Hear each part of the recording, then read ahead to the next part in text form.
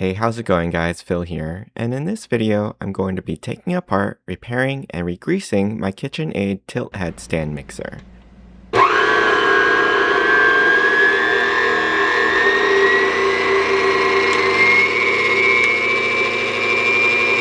The main issue is that the speeds don't increase significantly, and it sounds like the worm gear is slipping when the mixer is under load, so I'll have to replace it.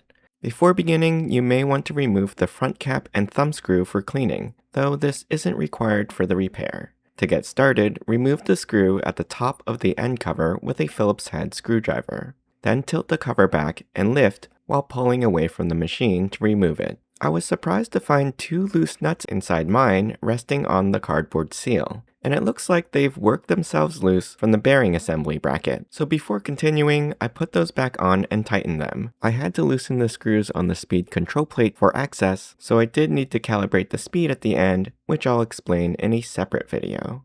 Next, remove the metal trim band on the motor housing by taking out the two screws at the back, and it should lift right off. You can see there's a lot of leaked grease under the band that will need to be cleaned up. Now slide out the power cord strain relief. For this next part, place a towel over the base of the mixer in case the planetary drip ring falls off when we loosen it. Place a flathead screwdriver on the top edge of the ring and gently tap it with a rubber mallet, and the ring should start to slide down. I'll go around and tap it in a few places so that it separates evenly. Once it's loose, if it doesn't fall off outright, you should be able to pull it down by hand. And you can see that mine's full of caked up oil and debris. For the next steps, I found it easier to lay my mixer on its side on a foam mat, though you can continue with the machine upright if you prefer. We'll be removing the pin securing the planetary to the planetary shaft. To do this, I'm placing a punch tool against the pin and striking it with a claw hammer. If your punch is tapered like mine and gets too thick at some point to push the pin all the way out, you can switch to a smaller punch diameter to push the pin in until you can pull it out from the other side by hand. With the pin removed, you should be able to gently separate the planetary from the housing using a flathead screwdriver leveraged in the notches around the top.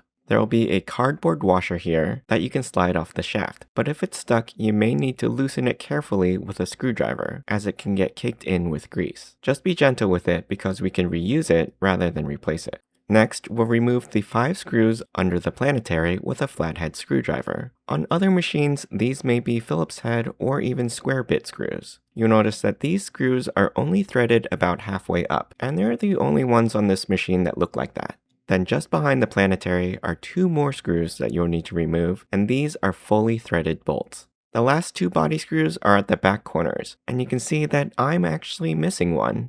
One of these screws will have a lock washer on it, and luckily it's the one that hasn't gone missing on my machine. If your mixer is lying down, now is the time to set it upright. Using your flathead screwdriver, wrapped in a cloth or paper towel to prevent scratching the paint, insert it into the slot between the top and the bottom of the gear casing, and use that leverage to separate the 2 halves. Once loosened, you should be able to pull straight up on the upper half to remove it. This black seal is a cardboard gasket that we'll be replacing, as it's clearly no longer preventing the grease inside the machine from seeping out. As for the rest of this black, gummy old grease, I'll be removing all of it eventually. But for now, let's just remove the chunkier bits with whatever can be scooped up by hand using a paper towel. In tighter spaces, you can use metal spatulas, toothpicks, cotton swabs, basically anything that will help you remove the grease. With the bulk of the grease out of the way, let's continue disassembling. Press up on the planetary shaft with your finger, and you should see a pin appear above the gear. You'll see mine better once I wipe off the grease. It should just slide out from the shaft. Now you can slide the shaft down from the top, though you may need a mallet to assist you. Once the shaft is out, you can remove the gear on top, and there should be a cardboard washer underneath that as well. If you can't find it, it may be stuck to the bottom of the gear. Next, remove the 3 screws at the back of the worm gear bracket. These are short screws, and each of them has a metal lock washer. Then you can lift off the worm gear bracket. In the worm gear assembly, just under the gear is another pin that you'll need to remove with a punch and hammer. Then press down on the shaft to slide it out of the bracket, which will allow you to remove the worm gear. And that has 2 cardboard washers, one on top and one on the bottom.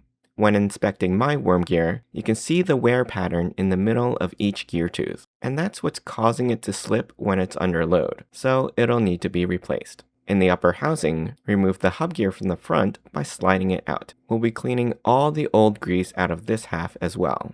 With all of that sticky grease and oil removed, it's looking pretty clean inside. Here's the replacement worm gear that I purchased from Whirlpool. The part number is W10112253, and this is an OEM part, even though it's a different color than my original one. Here they are side by side. Let's first assemble the cleaned worm gear bracket. Start by sliding the gear shaft into the bottom of the bracket and place one of the cardboard washers on top of the shaft, followed by the worm gear with the metal part that sticks out facing down. Then insert the other cardboard washer on top of the worm gear and push the shaft all the way in. Next, turn the worm gear or the shaft until the holes line up and push the lock pin in. You may need to tap it with a punch and hammer. Just note that if you make the pin flush on one side, it will stick out a bit on the other side, which is normal. I'll be regreasing my machine with Superlube's synthetic NSF food grade grease, which has a grade 2 NLGI viscosity. The model number of the grease is 41160, which is the same as 41150, but in a tub container instead of a tube. Other greases can be used, just make sure they're food grade and have a suitable viscosity. I'll start by applying a healthy coat of grease around the planetary shaft hole. Try not to build this layer too high and leave about a 1/4 inch gap to the edge of the plate. I'm using a wooden popsicle stick here as a spatula, but you can use your finger if that's easier. Next, add grease to the gear at the bottom of the worm gear bracket. You want to make sure that there's grease between each tooth of the gear. On the bottom of the bracket, there are 2 holes that don't go all the way through, and those line up with these 2 metal posts. Secure the worm gear bracket with its 3 screws, ensuring that they all still have their lock washers.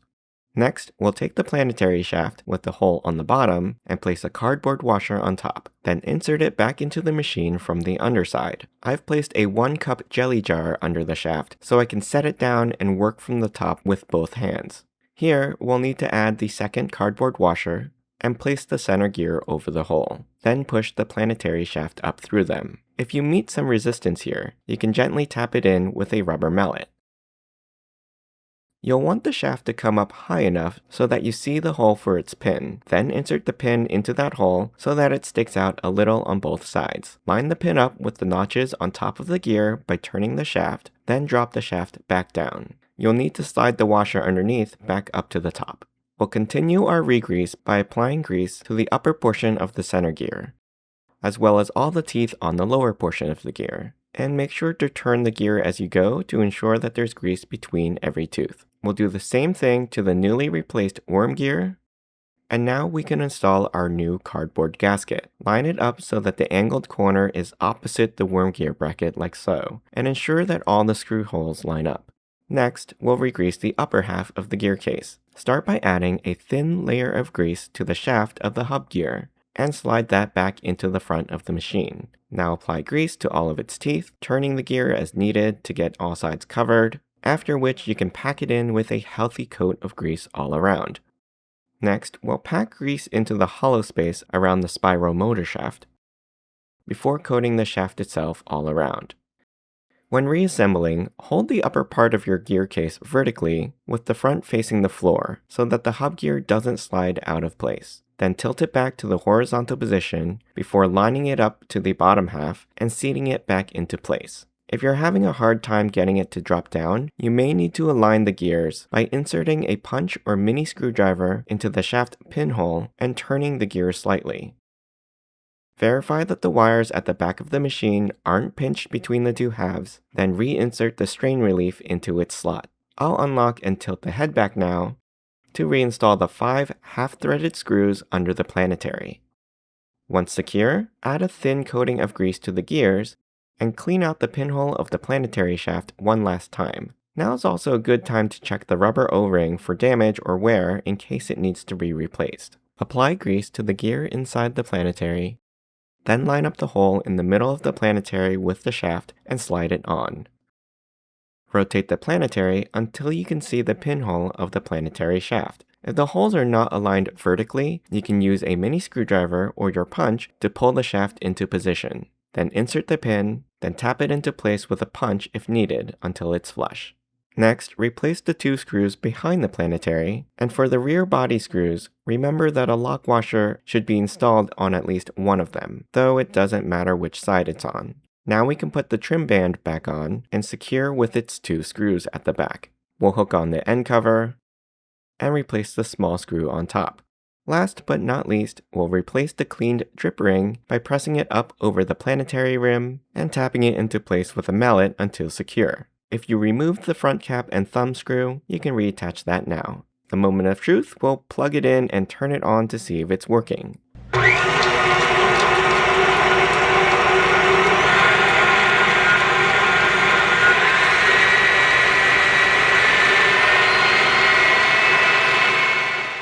So now the speed adjustments are responding much better, which is what I was going for, though it is running on the fast side. After calibrating the speed, which you can check out in my other video from the info bubble above, it's once again working beautifully. I hope you enjoyed this repair video. You can ask me any questions in the comments. I'll put a link to the replacement parts in the description below. Don't forget to subscribe to my channel and join me next time.